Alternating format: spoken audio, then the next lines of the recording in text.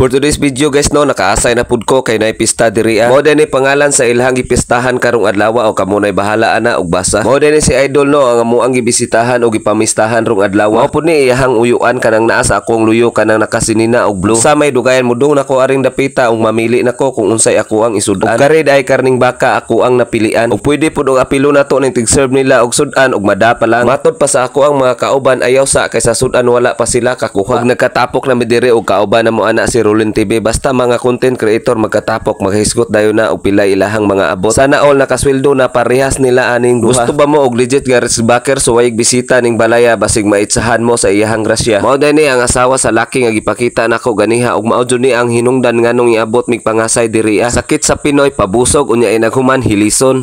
Gabitbit na si Rolin TV mao paghuman og kaon gabitbit na pog imnonon. Dabig na hurot mga tawhana mga ka-idol ah. Pila kay gipangkaon na ni mga tawhana wa man maunsa.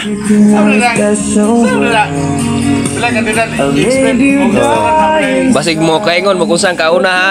Kani ba kaon humba nautsa napon sinugba napahak na.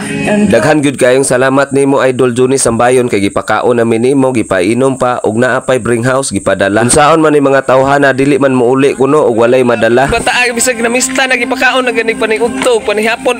Gada pa jud bring house labi-labi ni matahan. Ya para. Sarang gada pa kompleto. Pahilis. Daghang kayong salamat aning mga tawhana mga idol, daghang kayong salamat.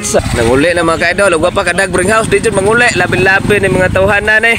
Kung ingabot kayong dapita daghang kayong salamat sa pagtan-aw nimo aning video ha ug God bless ka natong tanan.